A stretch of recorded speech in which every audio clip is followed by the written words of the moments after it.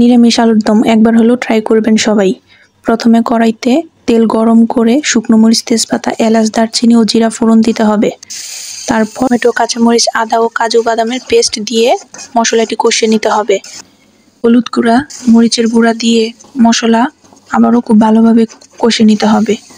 তেলটা ছেড়ে দিলে তাতে অল্প চিনি দিয়ে মশলা কষতে হবে, এতে করে কালারটা অনেক সুন্দর আসে। তারপর জল ঝরিয়ে রাখা টক দই দিয়ে অনবরত নাড়তে হবে।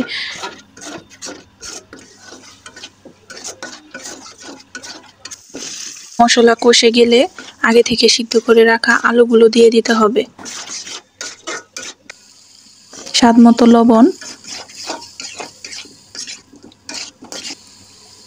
ও পরিমাণ মতো পানি দিয়ে দিতে হবে। ভাজা জিরে গুঁড়া দিয়ে 10 মিনিটের মতো দমে দিতে হবে। নামানোর আগে গরম মশলা,